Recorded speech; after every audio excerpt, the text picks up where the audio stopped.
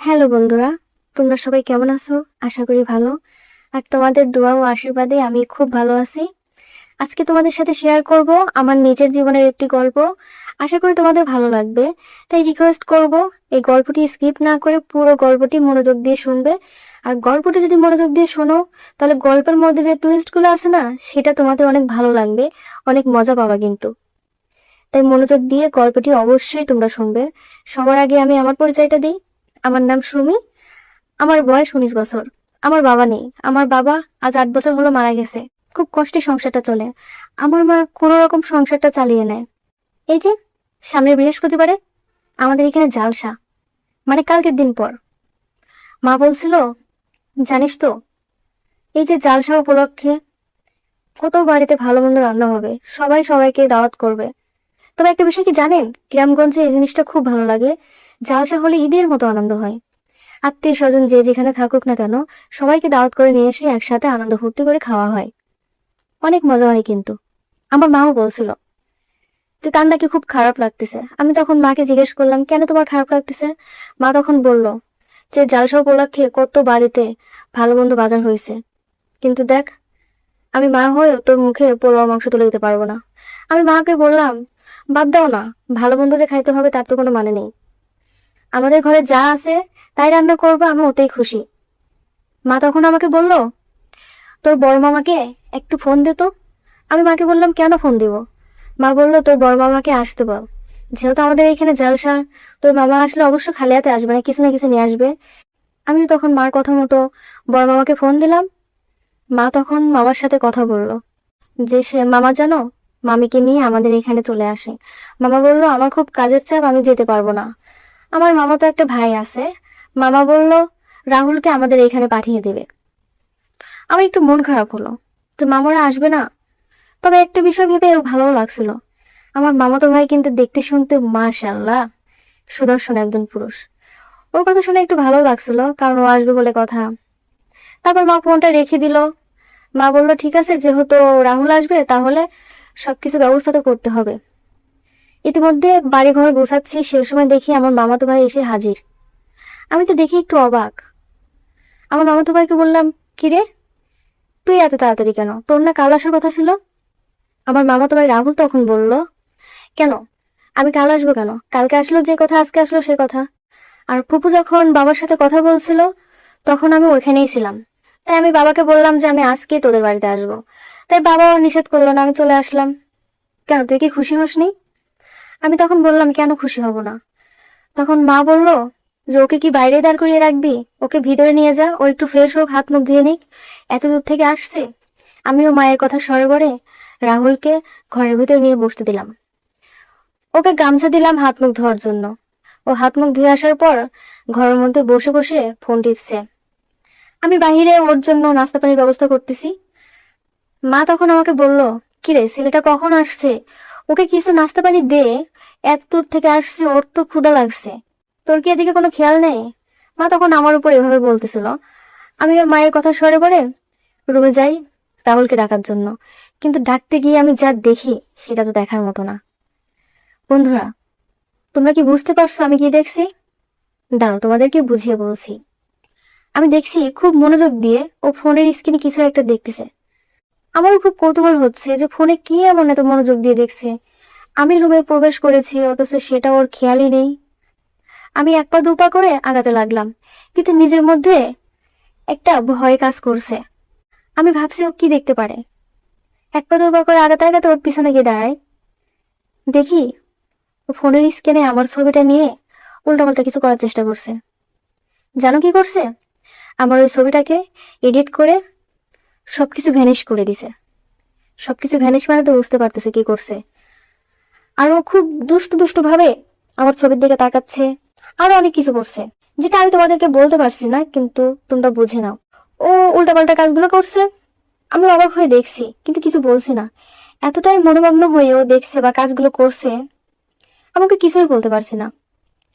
ইতিমধ্যে আমার নিঃশ্বাসটা যখন ভারী হয়ে গেছে, আমি যখন জোরে জোরে নিঃশ্বাস নিচ্ছি, তখনও বুঝতে পারছে আমার উপস্থিতি।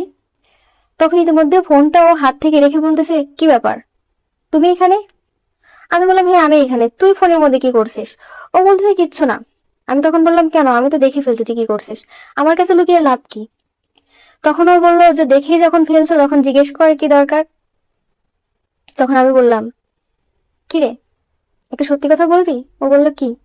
আমি বললাম, তুই ছবিটা এরকম করেছিস কেন? তখন ও আমাকে ভয়ে ভয়ে বলছে আমার ভুল হয়ে গেছে, আমি আর এরকমটা কখনো করবো না। ওর ভয় পাওয়া দেখে আমার একটু মায়া হচ্ছিল, এজন্য আর ওকে কিছু বলি নাই। আমি ওকে বললাম যে সমস্যা নেই, তো ভয় পাওয়ার কিছু নেই। তবে একটা কথা, তুই বল তো ছবিটা কি করে বানালি? তখন ও আমাকে বলছে যে এই ছবিটা আমি অ্যাপসের মাধ্যমে তৈরি করছি। ওকে আমি বললাম, এরকম একটা ছবি আমাকে বানিয়ে দিবি? তখন ও একটু আমার দিকে অবাক দৃষ্টিতে তাকালো। ও আমাকে মজা করে বলল, আচ্ছা ছবিটা না হয় আমি দুষ্টুমি করে বানিয়েছি, তুমি কি করবা এরকম ছবি দিয়ে? তো বললাম, না, সেরকম কিছু না। তার আগে বলতো তুই ছবিটা নিয়ে কি করছিলি? তুই যেটা করছিলি ওটাই না হয় করবো। তখন আমার কথাটা শুনে ও একটু মুচকি হাসি দিল, দেওয়ার পর বললো, আচ্ছা ঠিক আছে, আমি এরকম একটা ছবি বানিয়ে দিব, কিন্তু রাতের বেলায় আমার ঘরে আসতে হবে। রাতের বেলায় হচ্ছে তুমি যখন আমার ঘরে আসবে তখন তোমাকে এরকম একটা ছবি বানিয়ে দিব। আমি বললাম, ঠিক আছে, যখন মা ঘুমিয়ে পড়বে তখন আমি চুপি চুপি তোর রুমে আসবো, তুই কিন্তু আমাকে এরকম একটা ছবি অবশ্যই বানিয়ে দিবি। ও বললো, আচ্ছা ঠিক আছে। তখন ওকে আমি বললাম, আচ্ছা ঠিক আছে চল, মা খাওয়ার জন্য ডাকছে, তুই তো নাস্তাও করলি না। তখন ও আমাকে বললো, আমি আর এখন নাস্তা করবো না, আমি সরাসরি এখন খাওয়া দাওয়া করবো। আমি ওর কথা সরবরে মাকে বললাম যে ও নাকি নাস্তা করবে না, ও হচ্ছে সরাসরি খাওয়া দাওয়া করবে। তো মাও হচ্ছে খাবার দাবার ব্যবস্থা করলো। আমরা তিনজন একসাথে খাবার খেতে বসছি। ও খাবার খেতে বসেও বারবার আমার দিকে সরে এসে বসছে। বিষয়টা কেমন যেন লাগছে, আমি যত সরে বসি, যত মায়ের দিকে চেপে যাই, ও তত আমার দিকে সরে এসে বসে। ইতিমধ্যে ওর একটা হাঁটু এসে আমার হাঁটুর উপর পড়ে। তখন নিজের মধ্যে কেমন যেন একটা আলাদা অনুভূতি কাজ করছিল, যেটা বলে বোঝানোর মতো না। জানি না এটা কি হচ্ছিল, কিন্তু ও আমার দিকে কেমন যেন আড়ে আড়ে তাকাচ্ছিল, আমার খুব লজ্জা লাগছিল। বিষয়টা কেমন যেন, তোমরা তো বোঝো। তারপর আর কি, খাওয়া দাওয়া শেষ করলাম। খাওয়া দাওয়া শেষ করার পর ও রুমে চলে গেল, আমি সবকিছু মায়ের সাথে গুছিয়ে মায়ের সাথে ঘুমাতে চলে গেলাম। কিন্তু কোনোভাবে ঘুম আসছে না। ও আমার ছবিটাকে যা করছে বারবার শুধু সেই দৃশ্যটাই চোখের সামনে ভাসছে। ও কিভাবে এটা করলো? আমি কিন্তু সেরকম লজ্জা পাইনি, আমার কিন্তু ভালোই লাগছিল, কিন্তু নিজের মধ্যে যে আলাদা একটা অনুভূতি কাজ করছে, এটা আমি মানে বলে বোঝানোর মতো না। বন্ধুরা, আমার কিন্তু কোনোভাবে রাত পার হচ্ছে না। আমি বারবার সময় দেখতেছি কখন মা ঘুমাবে, কখন একটু গভীর রাত হবে, কখন আমি ওর রুমে যাবো। কারণ ও আমাকে বলছে যে ওর রুমে গেলে ওনাকে আমাকে ওরকম একটা ছবি বানিয়ে দিবে। ইতিমধ্যে মা ঘুমিয়ে পড়ে, আমি ওর রুমে যাই। ওর রুমে যাওয়ার পরে দেখি ও ঘরের অপোজিট সাইডে বিছানার উপরে উপর হয়ে কিছু একটা করছে। আমি বারবার দেখার চেষ্টা করছি, কিন্তু দেখা যাচ্ছে না। তারপর আমি আস্তে আস্তে করে ওর রুমে প্রবেশ করি। ওর রুমে প্রবেশ করার পর ওর পিছনে গিয়ে দাঁড়াই। দাঁড়ানোর পর যা দেখি, বন্ধুরা, আমি মুখে বলতে পারবো না। তোমরা যদি দেখতে তাহলে তোমরা অবাক হতে। আমি নিজেও অবাক হয়েছি। ওইরকম একটা জিনিস, অত সুন্দর একটা জিনিস আমি জীবনে কোনোদিন দেখি নাই। আমার চোখগুলো তো একদম গুলো গুলো হয়ে গেছিল জিনিসটা দেখার পর। আমি বারবার দেখার চেষ্টা করছি, মানে ও খুব মানে ও নিজের মধ্যে নেই, এমন একটা অবস্থা। আমি মনোযোগ দিয়ে ওর কাজগুলো দেখছিলাম। ও বারবার শুধু মানে মনোযোগ দিয়ে গভীরভাবে সেই কাজটা করছে। আমি ওর কাজটা দেখছিলাম আর মজা নিচ্ছিলাম, মানে নিজের মধ্যে এত ভালো লাগছিল কি বলবো। ইতিমধ্যে যখন আমি নিজেকে সামলাতে পারছি না, যখন নিঃশ্বাসটা জোরে জোরে নিচ্ছি, তখনও বুঝতে পারে যে ওর পাশে আমি আছি। তখন আমাকে বলে, কিরে তুই এখানে একটাবার বলবি না? তখন ওকে আমি বললাম, কিরে থামলি কেন? তুই যা করছিলি কর না, তুই তোর কাজ কর, আমি দেখি এখানে বসে বসে, আমার কিন্তু খুব ভালো লাগছে। ও তখন আমাকে জোরে করে ধমক দিয়ে বললো, কি বলছিস এসব উল্টাপাল্টা? তখন আমি বললাম, কিরে এই ব্যাঙের বাচ্চাটা তুই কোথায় পেলি? এটা তো খুব সুন্দর। তখন ও আমাকে বলল যে এই ব্যাঙের বাচ্চাটা খুবই স্পেশাল। এই ব্যাঙের বাচ্চাটা নাকি পুকুরে মাছ মারার সময় তখন ও পাইছিল, এজন্য যত্ন করে রেখে দিছে। তখন ওকে আমি বললাম, যদি কিছু মনে না করিস, তোর এই ব্যাঙের বাচ্চাটাকে আমাকে একটু দিবি, আমার হাতের উপর একটু দে, আমি একটু ছুঁয়ে দেখি। তখন ও আমাকে বলল, না না, এটা কখনো সম্ভব না। ওকে আমি বললাম, দে না, আমার না খুব ইচ্ছা করছে, তো এটা না অনেক সুন্দর, আমার খুব ছুঁয়ে দেখতে ইচ্ছা করছে। নিজের মধ্যে আলাদা একটা অনুভূতি, আকাঙ্ক্ষা হচ্ছে ওকে ছুঁয়ে দেখার জন্য। আর ব্যাঙের বাচ্চাটা এত কিউট, কি বলবো। আমার কথা সরোবরে ব্যাঙের বাচ্চাটাও আমাকে হাতে তুলে দিল। আমি হাতে নিয়ে যত চাপ দিয়ে ধরছি তত ও পেট ফোলাচ্ছে।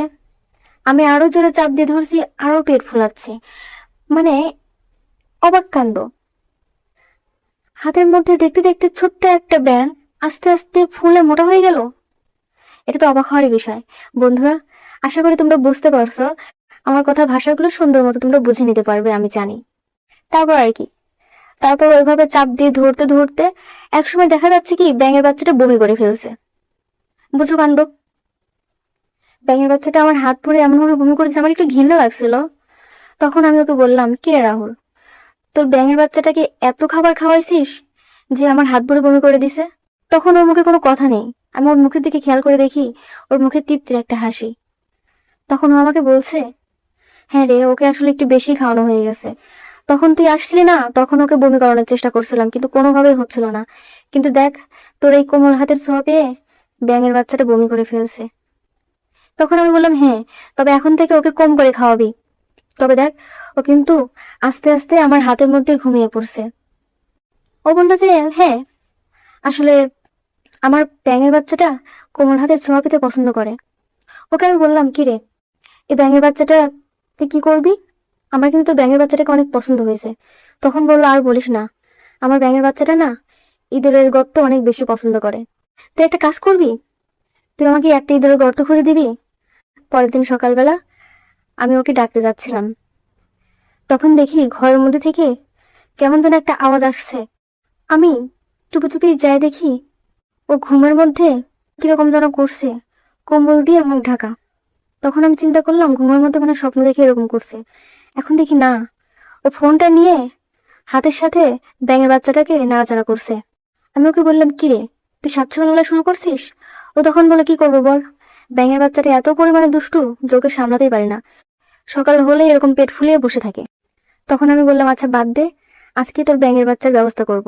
তোর ব্যাঙের বাচ্চার গর্ত সুন্দর দেখে একটা খুঁজে বের করবো, আর সময় মতো সেই গর্তে তোর ব্যাঙের বাচ্চাকে ঢুকিয়ে দিবি। তখন ও বললো, আচ্ছা ঠিক আছে। এই কথা বলে ওকে বললাম, ঠিক আছে চল, মা তোকে খেতে ডাকছে। ও বললাম, আমি এত সকালে খাই না। তো বললাম, এটা তোদের বাড়ি পাসনি, এটা আমাদের বাড়ি, তাই আমাদের নিয়ম মতোই চলতে হবে। তুই এখন খাবার খাবি, তারপরে চল, জালসা দিতে হবে। ইতিমধ্যে খাওয়া দাওয়া শেষ করে আসার পর, যেহেতু জালসার দিন, একটু ভালো মন্দ রান্না বান্না করতে করতে বিকেল হয়ে যায়। গোসল করে সুন্দর করে রেডি হয়ে মায়ের সাথে জালসায় যাওয়ার জন্য রেডি হই। মাকে বললাম যে রাহুলকে তাহলে ডেকে নিয়ে আসি। মা বললো যে হচ্ছে তুই আর আমি যাব। আমি বললাম যে আমি আর তুমি গেলে রাহুল কার সাথে যাবে? মা বললো, আমাদের গ্রামের মানুষ তো ভালো না, রাহুলের সাথে তুই যদি ঘোরাঘুরি করিস অনেকে অনেক রকমের কথা বলবে, তারপরে তোর বাবা বেশি নেই। তখন আমি মাকে বললাম যে মা, তাহলে ও কার সাথে যাবে? মা বললো, গ্রামের কত ছেলে মেয়ে আছে, তাদের সাথে যাবে, সমস্যা নেই। তখন আমি মাকে বললাম, মা, আমরা তিনজন যদি একসাথে যাই কেমন হয়? তখন মা বললো, ভালোই হয়, খারাপ হয় না। আমি রাহুলকে গিয়ে বললাম, রাহুল আমাকে বুদ্ধি দিল যে ফুপি যখন জালসার প্যান্ডেলে ঢুকে যাবে তুই তখন ওখান থেকে বের হয়ে আসবি, তারপরে আমরা ব্যাঙের বাচ্চার জন্য ইঁদুরের গর্ত খুঁজতে বের হব। আমি বললাম, আচ্ছা ঠিক আছে। মায়ের সাথে জালসায় গিয়ে মাকে কিছু খাবার দাবার কিনে দিয়ে মাকে প্যান্ডেলে রেখে মাকে আমি বলি, মা তুমি প্যান্ডেলে বসো, আমি দেখি রাহুল কোথায় গেল। এই জায়গাটাতে অনেক লোকজন, জানি না কোথায় ও ঘুরবে, কোথায় কি করবে, আমি একটু ওর খোঁজ করে আসি। মা বললো, আচ্ছা ঠিক আছে, তাড়াতাড়ি আসিস, দেরি করিস না। আমি এদিকে রাহুলকে খুঁজতে খুঁজতে দেখি ও স্কুলের এক পাশে দেওয়ালের কাছে চুপচাপ মন খারাপ করে বসে আছে। আমি গিয়ে ওকে বললাম, কি রে, এখানে চুপচাপ মন খারাপ করে বসে আছিস কেন, কি হয়েছে তোর? তখন রাহুল আমাকে বলল, আর বলিস না, আমার আর ভালো লাগছে না। দেখ না, আমার ব্যাঙের বাচ্চাটা অনেক লাফালাফি করছে। তখন ওকে আমি বললাম, আর চিন্তা করিস না, মাকে আমি প্যান্ডেলে বসিয়ে রেখে আসছি, তোর ইঁদুরের গর্তের ব্যবস্থা খুব তাড়াতাড়ি হয়ে যাবে। চল, আমরা তোর ব্যাঙের বাচ্চার জন্য ইঁদুরের গর্ত খুঁজি। তখন দুজনে হাঁটতে হাঁটতে প্রায় 1/2 কিলোমিটার দূরে একটা কলা বাগানে যাই। এক পর্যায়ে আমি রাহুলকে ইঁদুরের গর্ত খোঁজার দায়িত্ব দিলাম। ও খুঁজতে খুঁজতে পেয়েও গেল। তখন বলল, জানিস, আমার ব্যাঙের বাচ্চাটা না আজকে খুব খুশি হবে, কারণ এত সুন্দর একটা ইঁদুরের গর্ত, কারণ অবশেষে ব্যাঙের বাচ্চা তার ইঁদুরের গর্ত খুঁজে পেয়েছে। মনে অনেক প্রশান্তি নিয়ে ইঁদুরের গর্ত থেকে ঘুরে ব্যাঙের বাচ্চাটা বের হয়ে আসে। তারপর আর কি, খুশি খুশি মনে আমি আর রাহুল ঘুরতে ঘুরতে আবারও প্যান্ডেলে চলে আসি, কারণ আমরা আর ওইখানে বেশি দেরি করি না। আমার খুব ভয় হচ্ছিল যে কে কোথা থেকে দেখবে। খুশি খুশি মনে দুজন গল্প করতে করতে আবারও প্যান্ডেলে ফিরে আসলাম। ফিরে আসার পর দেখি মা আমাদেরকে খোঁজাখুঁজি করছে। মাকে বললাম যে মা, আর বলো না, রাহুলকে তো খুঁজেই পাচ্ছিলাম না, ও কই কই ঘুরে বেড়াচ্ছিল। মা তখন বলল যে হচ্ছে তোকে না দেখতে পেয়ে আমি তোকে হচ্ছে খুঁজে বেড়াচ্ছিলাম। মা তখন বললো যে রাত অনেক হয়েছে, তুই গিয়ে রাহুলকে খাবার খেতে দে, আমি হচ্ছে এখানে তোর চাচি জেঠির সাথে আমি হচ্ছে তালসা শুনি। আমি খুব খুশি খুশি মনে আমি রাহুলকে নিয়ে বাড়ির দিকে রওনা হই। রাহুল তখন অনেক খুশি। রাহুল বলছে, জানিস আমার না আরেকটা জিনিস মন চাচ্ছে। আমি বললাম কি? তখন বলছে একটু হাতটা ধরি। আমি বললাম এ আবার কি, হাত ধরার কি আছে? ও বললো ধরি না। আমি তখন নিষেধ করতে পারলাম না, কেননা আমার মামাতো ভাই দেখতে অনেক সুন্দর সুদর্শন একটা পুরুষ, তার দিকে তাকালে চোখ ফেরানো মুশকিল। আর আমার নিজেরই তো মামাতো ভাই, আপন মামাতো ভাই, এই জন্য এখানে কোনো বাধা বিঘ্ন নাই। ওর হাত ধরে যাচ্ছি, মনের মধ্যে একটু ভয়ও লাগছে। অবশেষে আমরা বাড়ি চলে আসি। বাড়ি আসার পর পুরা বাড়ি ফাঁকা, মনের মধ্যে হাজারো চাওয়া পাওয়া, হাজারো কথা। তখন ওকে আমি বলি, রাহুল দেখ না, 1 সপ্তাহ না হোক 2টা দিন থাকার ব্যবস্থা কর। 2টা দিন থাক, 2 দিনে তোকে আমি অনেক কিছু শেখাবো। আর তোর যে যেগুলো অজানা আছে সেগুলো তোকে শিখিয়ে দেবো। তোকে আমি নতুন নতুন জাদু শেখাবো। তখন রাহুল আমাকে বলল, আমারও তো খুব থাকতে ইচ্ছা করে, ভালো লাগে, যেটা বলে বোঝানোর মতো না। বন্ধুরা, রাহুল আমাকে বলছে, একটা কাজ কর, তুই ফুপুকে বলে আমাদের বাড়িতে চলে আয়। কারণ বাবা তো অনেক কাজে ব্যস্ত থাকে, সবাই সবার মতো ব্যস্ত। তাহলে দুজন মিলে গল্পও করতে পারবো। আসলে এরকম একটা যদি হচ্ছে সুন্দর সুদর্শন কিউট একটা মামাতো ভাই থাকে, তাহলে তার আর কি লাগে? যখনই সুযোগ পাই তখনই ওর দিকে তাকাই। আমার তো ভালোই লাগে। মাঝে মাঝে মনে হয় যে আমি ওর প্রেমে পড়ে যাই, কিন্তু কি করব, মানব সমাজের ভয় লাগে, ভয়ে কিছু বলতেও পারি না। তবে সুযোগ পেলে ছাড়ে কে, তাই আমিও ছাড়ি না। তাই বারবার মামাতো ভাইয়ের প্রেমে পড়ি, তাকে বোঝানোর চেষ্টা করি। কিন্তু আমার মামাতো ভাই এতটা হ্যান্ডসাম যে ও আমার হাত ধরলেও আমার ভালো লাগে। এই ভালো লাগাটা বলে বোঝানোর মতো না। অবশেষে ও কিন্তু রাজি হয়ে গেছে। আমার মামাতো ভাই যেহেতু আমাদের বাড়িতে থাকছে আরো 1 সপ্তাহ, আর এই 1 সপ্তাহের মধ্যে কিন্তু আমি ওকে আরো নতুন নতুন কিছু জাদু দেখাবো, নতুন নতুন কিছু শিখাবো। আর সেগুলো যদি তোমরা জানতে চাও যে কি জাদু দেখাবো, কি করব, তাই পরবর্তী গল্পের জন্য অপেক্ষা করো। এর কিন্তু পরের অংশ খুব তাড়াতাড়ি আসবে। আর পরের অংশে কিন্তু এই প্রথম অংশ থেকে কিন্তু আরো অনেক বেশি টুইস্ট আর অনেক মজার মজার কথা থাকবে, যেটা শুনে তোমরা কিন্তু অনেক মজা নিতে পারবা। তাহলে আজকের মতো এই গল্প এই পর্যন্তই। ভালো থাকবে, সুস্থ থাকবেন সবাই। আল্লাহ হাফেজ।